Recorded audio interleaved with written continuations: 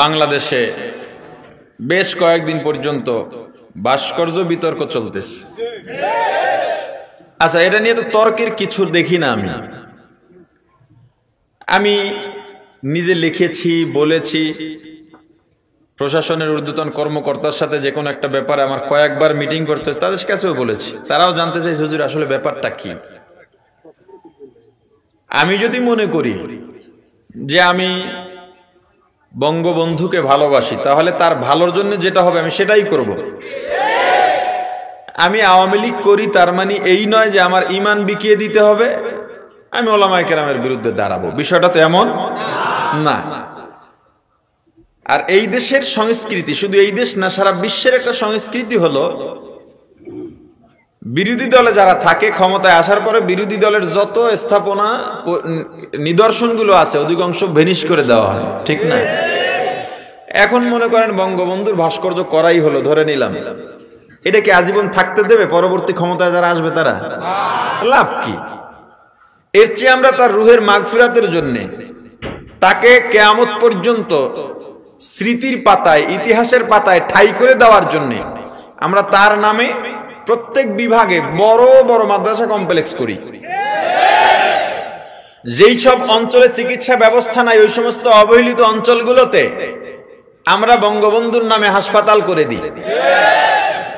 প্রতি বছর শীত, বন্যা, মহামারী এই সময়গুলোতে বঙ্গবন্ধুর নামে আমরা গরিবদের মাঝে উপহার বিতরণ করি। ঈদগুলোতে গরিবের মুখে হাসি ফুটাই।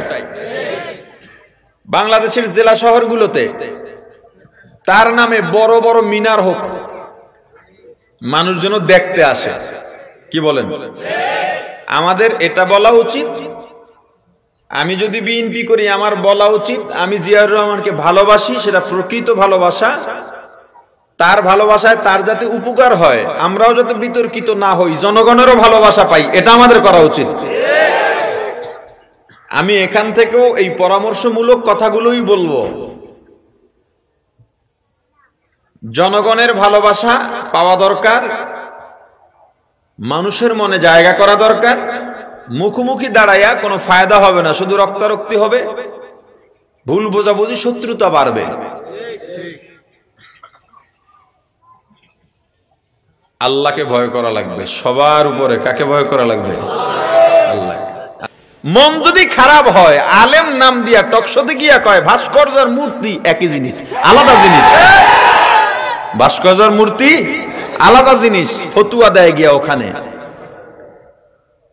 যেই লাউ সেই কদু। বিতর্ক বাড়ায় এত লাভ নাই, আল্লাহকে ভয় করো। দায়িত্বহীন ভাষায় বলে যাই, আজকে যারা উলামায়ে কেরামের বিরুদ্ধে দাঁড়াইছো, উলামায়ে কেরামের ঘাড় মটকাবার কথা বলো। এই দেশের উলামায়ে কেরাম যদি একজোট হয়ে যায়, উলামায়ে কেরামের বিরুদ্ধে যারা কথা বলবে, ইসলামের বিরুদ্ধে যারা আঙুল তুলবে, ওদের জানাজা বাংলার জমিনের কোনো আলেম পড়াবে না।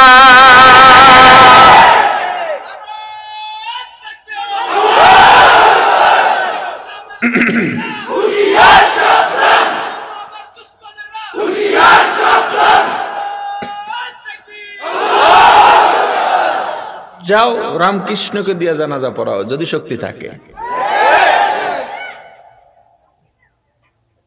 উলামায়ে কেরাম কার বন্ধু? জোরে জোরে জোরে জোরে, কার বন্ধু? সিন্নি খাইলা কারে চুলায় মোল্লা চিনলা না?